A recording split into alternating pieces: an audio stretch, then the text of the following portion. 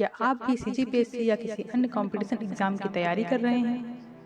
क्या आप भी अपनी तैयारी को सही दिशा देना चाह रहे हैं? क्या आप भी क्या पढ़ें, कितना पढ़ें और कैसे पढ़ें के बीच कंफ्यूज रहते हैं? तो यह वीडियो आपके लिए है। हेलो दोस्तों, मैं हूं आरती और स्वागत है आपका मेरे चैनल आरती's डायरी में। क्यों जमीन पर बैठकर आसमान देखता है? क्यों जमीन पर बैठकर आसमान देखता है? पंखों को खोल, जमाना सिर्फ उड़ान देखता है, सिर्फ उड़ान देखता है। आज हम 8 पॉइंट्स पर चर्चा करेंगे जिन्हें फॉलो करके आप अपनी प्रिपरेशन को और बेटर कर सकते हैं। चलिए शुरू करते हैं। Decide what you want. दोस्तों, आपको सबसे पहले सोचना होगा एक्चुअल में आप क्या बनना चाहते हैं। आपकी असली तमन्ना क्या है? जैसे माना आपकी ख्वाहिश डिप्टी कलेक्टर या डीएसपी बनने की है, तो सोचिए आपको क्यों बनना है। इससे आपकी लाइफ में क्या चेंजेस आएंगे, समाज में आपकी क्या पहचान होगी, आपके माता पिता, फैमिली, फ्रेंड्स के सामने आप खुद को कैसे प्रेजेंट करना चाहते हैं। सोचिए, और जब आपका क्या चाहिए और क्यों चाहिए क्लियर हो जाएगा, तो आपको एक स्पष्ट रास्ता दिखाई देने लगेगा जिस पर चलकर आप अपनी मंजिल को पाएंगे। How to start. अपना लक्ष्य क्लियर होने के बाद अब हम बात करेंगे आप अपने लक्ष्य पर कैसे पहुंचेंगे।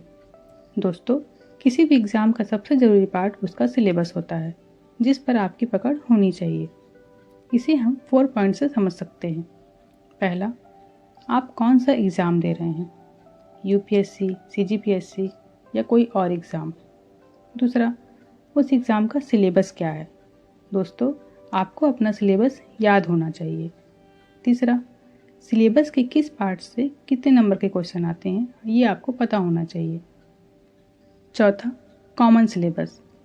कुछ सब्जेक्ट ऐसे होते हैं जो सभी एग्ज़ाम से पूछे जाते हैं। अगर मैं सीजी स्टेट सर्विस की बात करूं तो इसमें छत्तीसगढ़ और मैथ्स, रीजनिंग, लैंग्वेज ये सभी एग्ज़ाम में कॉमन होता है। तो ये हो गया कॉमन सिलेबस। कॉमन सिलेबस में को ज़्यादा टाइम देना चाहिए।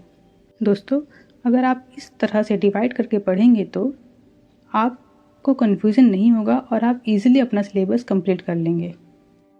Make a routine. दोस्तों, आपको एक डेली रूटीन फॉलो करना चाहिए। चाहे आप अर्ली मॉर्निंग पढ़ते हैं या लेट नाइट ज़्यादा कंफर्टेबल हैं, घर पर पढ़ते हैं या लाइब्रेरी में ज़्यादा फोकस कर पाते हैं, चाहे कहीं भी कैसे भी पढ़ें, आपको एक शेड्यूल बनाकर पढ़ना चाहिए। दिन के कुछ घंटे निश्चित करिए और चाहे कुछ भी हो, डेडिकेटेड होकर उन घंटों में सिर्फ पढ़ाई करिए।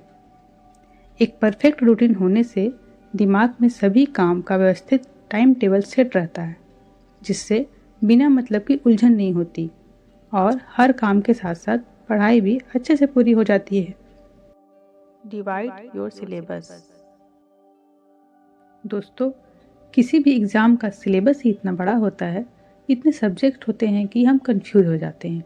इसलिए अपने सिलेबस को तोड़ तोड़ कर पढ़िए। अगर 4-5 मंथ में अपना सिलेबस कंप्लीट करना है तो आपके पास परफेक्ट प्लानिंग होनी चाहिए कि आप मंथली, वीकली, डेली, यहाँ तक कि अगले 1 घंटे में कितना सिलेबस कंप्लीट करने वाले हैं। और आपको एक डायरी भी मेंटेन करना चाहिए कि मैंने आज क्या पढ़ा, कल क्या पढ़ना है, इस वीक में इस मंथ में मुझे कितना कंप्लीट करना है।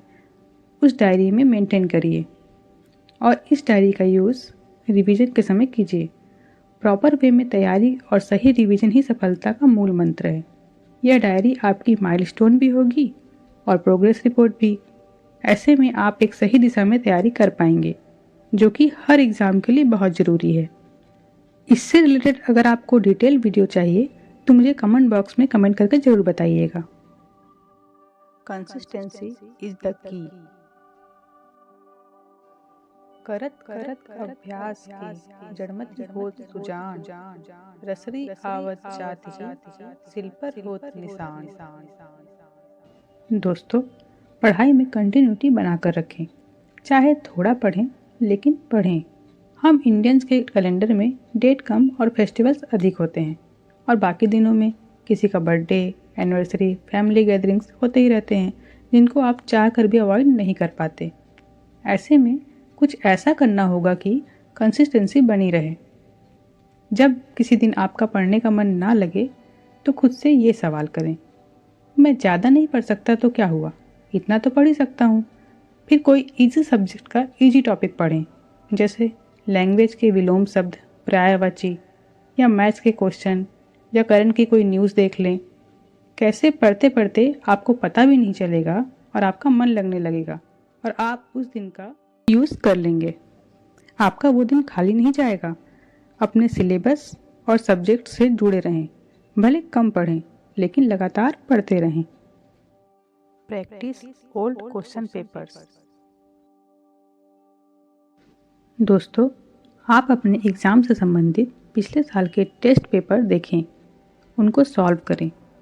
अपने सिलेबस के साथ साथ मॉक टेस्ट और ओल्ड पेपर्स को भी पढ़ते जाएं, ताकि अगर आप डिस्ट्रैक्ट होते हैं तो आप अपनी सही दिशा में आ जाएं। होता यह है कि हम पढ़ने बैठते हैं और इमोशनल रीडिंग करने लगते हैं।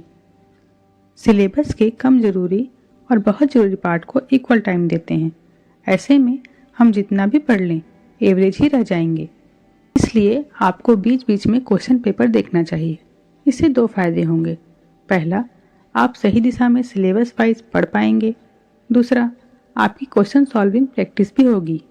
इसलिए आपको क्वेश्चन पेपर सॉल्व करने होंगे। मार्केट में बहुत से मॉक क्वेश्चन पेपर मिल जाएंगे, ये आपको इंटरनेट से भी मिल सकते हैं। उनको प्रैक्टिस करते रहिए। Never give up, it's a journey, enjoy every moment. दोस्तों, कोई भी कंपटीशन एग्ज़ाम, खासकर यूपीएससी या स्टेट पीसीएस, आपका धैर्य मांगते हैं। आपको धैर्य रखना होगा। पहली बार में ही आप सभी स्टेप्स पार कर देते हैं तो बहुत अच्छी बात है, लेकिन अगर नहीं कर पाते हैं तो कोई बात नहीं, क्योंकि इतिहास जीतने वालों ने नहीं, कई बार हार कर भी हार ना मानने वालों ने बनाया है। कोई भी लक्ष्य मनुष्य के साहस से बड़ा नहीं, हारा वही जो लड़ा नहीं। इसलिए आपको धैर्य रखकर तैयारी में लगे रहना है। जब आप कामयाबी की फिक्र किए बिना सिर्फ अपनी मेहनत के दम पर संघर्षरत रहते हैं तो आपको सफलता जरूर मिलती है। मंजिल तो मिल ही जाएगी, क्यों ना रास्ते का भी लुत्फ उठाया जाए। It's a journey, enjoy it, ताकि मंजिल पर पहुंचने के बाद आपके पास एक सुंदर सी जीत की कहानी हो सबको सुनाने के लिए, जिसे सुनकर कई और लोग भी मोटिवेट होंगे। Feel gratitude what you already have. दोस्तों, कभी कभी हम बहुत कुछ पाने की चाह में जो हमारे पास है उसको नज़रअंदाज कर देते हैं। माना कि जॉब बहुत ज़रूरी है, जॉब होने से समाज में रिस्पेक्ट होगी, पैसे होंगे, पेरेंट्स प्राउड फील करेंगे, लेकिन अभी भी आपके पास बहुत कुछ है जो बहुतों को हासिल नहीं है, जैसे आपकी फैमिली, फ्रेंड्स, कज़न्स, ये सब अभी हैं। क्या पता कल ये सब ऐसा रहे ना रहे। तो जो है उसका शुक्रगुजार बनिए, अपनी ज़िंदगी को जी लीजिए, क्योंकि कितना भी सही उपयोग करो समय तो बीतता ही है। आपकी एज तो हर सेकंड बढ़ ही रही है। ये जो टाइम है रिवाइंड नहीं होगा, इसलिए बैलेंस बनाकर चलिए। एग्ज़ाम निकालना ज़रूरी है, लेकिन पूरी ज़िंदगी नहीं, ज़िंदगी का एक पार्ट है। बाकी पार्ट भी इम्पोर्टेंट हैं, उनको भी समय दीजिए। थैंकफुल रहिए, पढ़ाई और लाइफ को बैलेंस करके चलिए। तो दोस्तों, आज की वीडियो में इतना ही। किसी भी टॉपिक का डिटेल वीडियो चाहिए तो कमेंट बॉक्स में कमेंट करके ज़रूर बताइएगा। मिलते हैं नए वीडियो में।